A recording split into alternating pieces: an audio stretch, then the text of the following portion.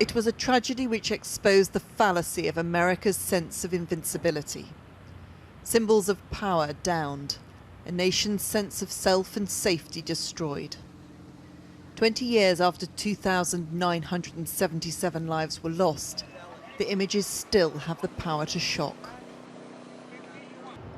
The plane flew right over our apartment 6 seconds before it crashed into her office. Charles G. Wolfe's Welsh wife, Catherine, was one of those who died that day.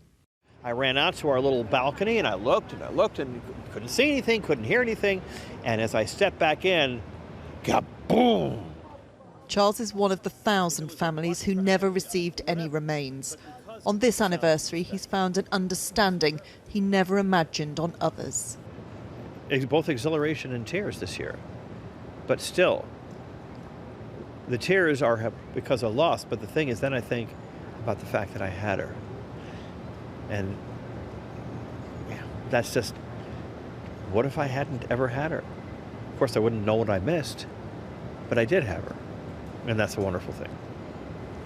How much did not being able to receive a body complicate your grief? You balance one against the other. The fact that you don't have versus the fact that she never felt a thing. She never knew it happened. She never felt the pain. She never felt the fear. She never felt the terror.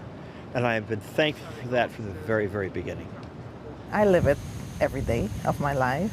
I see the scars on my legs, all my injuries. I see it. I live it. Janelle Guzman McMillan was the last to be pulled from the rubble alive.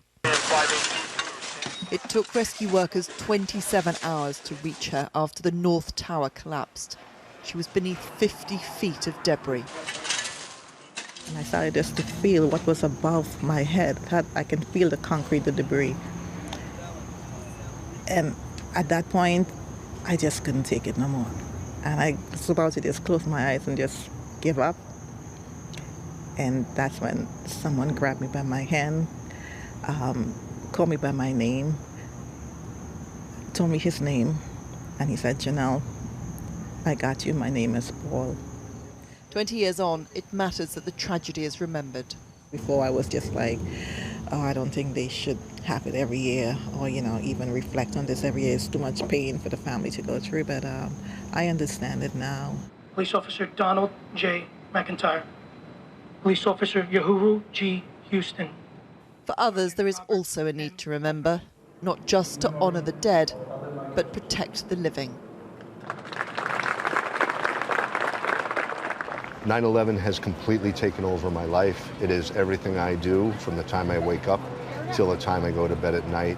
Tim Brown lost 100 of his firefighter friends that day. He walked with them into the buildings, knowing there was a risk they would never walk out. He did, and now works on national security. We cannot let down our guard. We have to understand the Islamist ideology, or families will suffer like we suffered 20 years ago. September the 11th was a day which will live in infamy. For many, it is a day which will never end.